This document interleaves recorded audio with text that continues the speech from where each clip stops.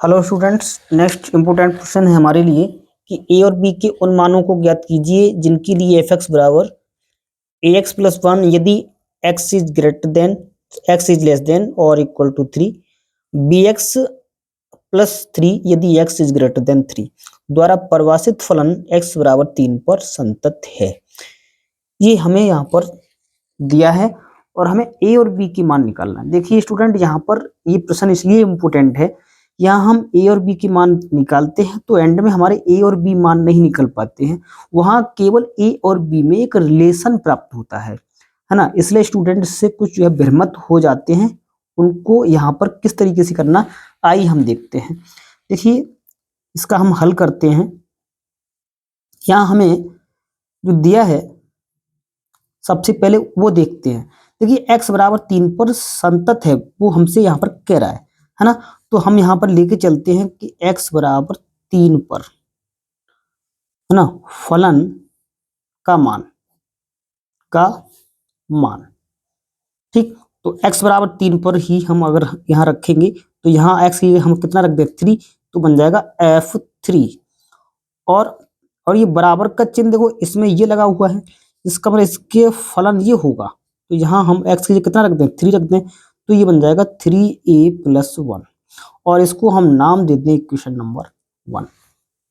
Right, इतना आप कर पाएंगे।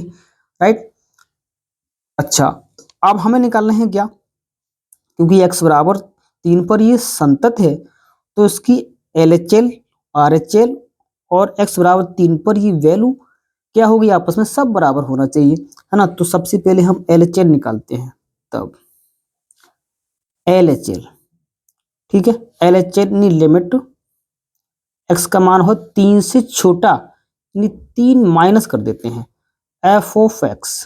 राइट, तो x का मान जब 3 से छोटा है तो उस टाइम जो है फलन की रिक्वायरमेंट हमारे लिए किसकी होगी, x टेंड्स टू 3 माइनस। ठीक है, x का मान 3 से छोटे के लिए फलन देखो ये है 3 से छोटा यानी ax प्लस 1 है, तो यहाँ हम रखते हैं ax प्लस 1।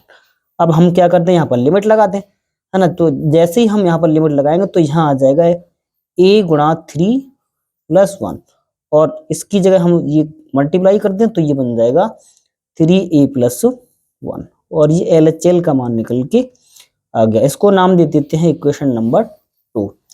राइट, अब हम आगे बढ़ते हैं, हम निकालते हैं क्या इसकी RHL तथा RHL निकालने के लिए लिमिट x टेंड्स टू क्या होगा 3 प्लस होगा यानी f ऑफ x यानी x का मान 3 से बड़ा। ठीक है, देखिए x का मान जब 3 से बड़ा है तो उस समय रिक्वायरमेंट है हमारी जो फंक्शन की वो ये है, क्योंकि bx plus 3 x is greater then 3 है ना, तो इसके लिए ये आएगा है ना। तो इसके लिए हम लिखते हैं limit x tends to 3 plus है ना, कितना है ये bx प्लस 3। राइट, अब यहाँ पर हम क्या लगा देते हैं, यहाँ पर इसमें लिमिट पुट करते हैं तो x की जगह लगाएंगे तो ये b गुणा 3 प्लस 3। ठीक है, और ये बन जाएगा 3b प्लस 3 और ये किसके बराबर हो गया, ये RHL के बराबर हो गया। इसको नाम दे देते हैं इक्वेशन नंबर 3। राइट, अब हम जानते हैं चूंकि यहाँ पर जो दिया गया है, क्योंकि फलन x बराबर 3 पर संतत है, अगर ये संतत है तो इसका मतलब ये है समीकरण 1 2 3 की वैल्यू क्या होगी, सब आपस में बराबर होगी। तो यहाँ हम कह सकते हैं कि LHL LHL बराबर होगा RHL की और बराबर होगा f ऑफ 3 की है ना। मतलब x बराबर 3 पर ये वैल्यू हमारी क्या होना चाहिए, बराबर होना चाहिए। तो LHL कितनी आई निकल के, LHL आई 3a प्लस 1, RHL कितना है 3b प्लस 3। ठीक, और जो वैल्यू है हमारी x बराबर 3 पर वो भी हमारी इसी के बराबर है। देखिए यहाँ पर जो हमने ये निकाली है ये भी कितनी है हमारी x बराबर 3 पर 3a प्लस 1 है ना। तो यहाँ पर हम रख देते हैं ये भी कितना आएगा 3a प्लस 1 के बराबर होगा। ये आपस में क्या सब बराबर हैं। यहाँ से देखो ये वैल्यू तो इसके इक्वल है ही, तो ये भी इसके इक्वल होगी है ना, यानी 3b प्लस 3 और 3a+1 ये क्या होंगे, आपस में सब इक्वल होंगे, राइट। तो इसको हम यहाँ पर सॉल्व करते हैं। तो यहाँ पर देखिए इन दो को हम ले लेते हैं आपस में बराबर, यानी 3b+3 और इक्वल टू हो जाएगा 3a+1, राइट। या फिर इसको हम ऐसा कर देते हैं कि इसको इधर लिख देते हैं, यानी 3a+1 और इक्वल टू 3b+3, ठीक है। अब ये एक काम पक्षांतर कर दें, उधर भेज दें, तो ये हो जाएगा 3a बराबर 3b+3-1 और रह जाएगा ये 3b+2, 3 में से गया हमारा कितना बच्चा, 2 बच्चा, यानी 3a बराबर ये आ गया।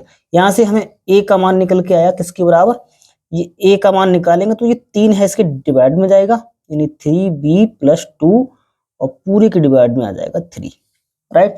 आप चाहें तो इसको अलग अलग क्या कर दें, डिवाइड कर दें। किस तरीके से, 3b को 3 से अलग डिवाइड कर दो और 2 को 3 से अलग डिवाइड कर दो, राइट।